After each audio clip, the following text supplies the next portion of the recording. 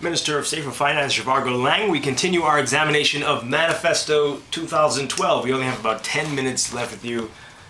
Mr. Laing, we appreciate you sticking around with us. I want to talk about local government. I see in the manifesto says you will, paraphrasing here, examine the possibility of local government for New Providence. You're not exactly saying that you will implement that should you be re-elected for another 5 years. So let's talk about that. Why don't we have local government now? What are the challenges and the pros and cons of local government for New Providence?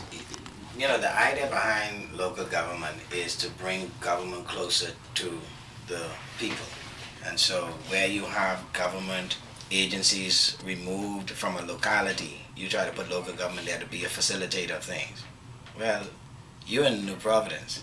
This is a seat of government. It's like a Washington, D.C. Right. in Washington, D.C.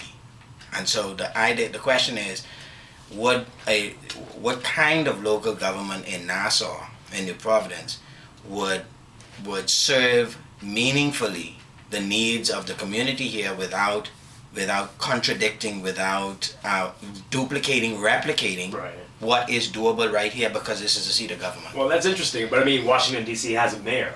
So, sure. I mean, that you could make a case for that being a duplication almost. Yeah, they do, and they sometimes have that argument between them and the state. You see what I mean? But they have settled the issue. So it doesn't mean because they settled the issue that is an issue settled without any contradictions. And so I'm saying the examination for us is, let's look at it.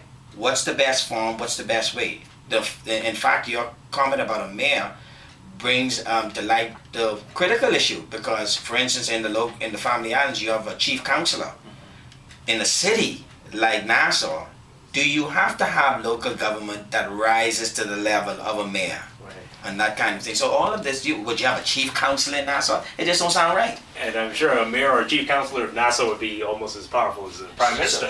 Well, exactly. So you have to ask. You really have to look at the issue in a way that ensures that you're not replicating and creating new inefficiencies or bureaucracies, and that the division of power and labor amongst the local government and the central government is effective. Business editor, Todd. Jeff, thank you for waking up and coming into the studio. Oh, no problem. I'm here anyway, so it's a pleasure.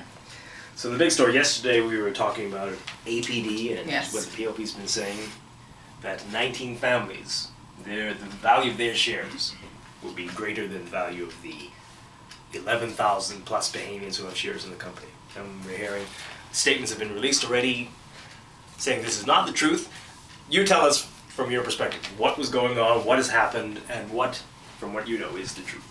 Well, there is a story in today's business section about that. I definitely tackled that issue yesterday. And I spoke with the placement agents that really dealt with the issuance of shares. And the fact of the matter is that, when it comes to ordinary shares, one share is as good as another. APD is listed on the main index here in this country, and it's regulated by the Securities Commission rather. And it would be a horrible thing for one share to be better than another. It's it's one of those things where I was really surprised when the issue actually came up in the first place. There are original shareholders. There are shareholders that hold many more shares than the average Bahamian. But in terms of whenever dividends are paid out, everyone should have an equal shot at that. Now, we were being schooled yesterday. We know there's a difference between ordinary shares and preferred shares, but apparently there are no preferred shares as yet. Is that right? Well, it hasn't been determined when the preference shares will come out. It'll likely come out probably by the end of the year. But the main difference, like in terms of a preference share, the preference shares that be issued by APD Limited, it would be mostly in the form of bridge financing. APD, the port, when they built the $83 million port, they took out some loans from the bank, about $35 to $40 million from what I understand. And so preference shares would be essentially what's called bridge financing, in the sense that they would offer that debt to institutional investors to take up that debt, so they're not owing the banks anymore, they'd be owing institutional investors. That kind of stuff is generally, I've heard that it could be open to certain Bahamians if you have an account through CFAL, for example, or some other broker, but essentially that's usually reserved for bigger ticket investors. However, preference shares actually have no bearing whatsoever on the ownership of the actual company.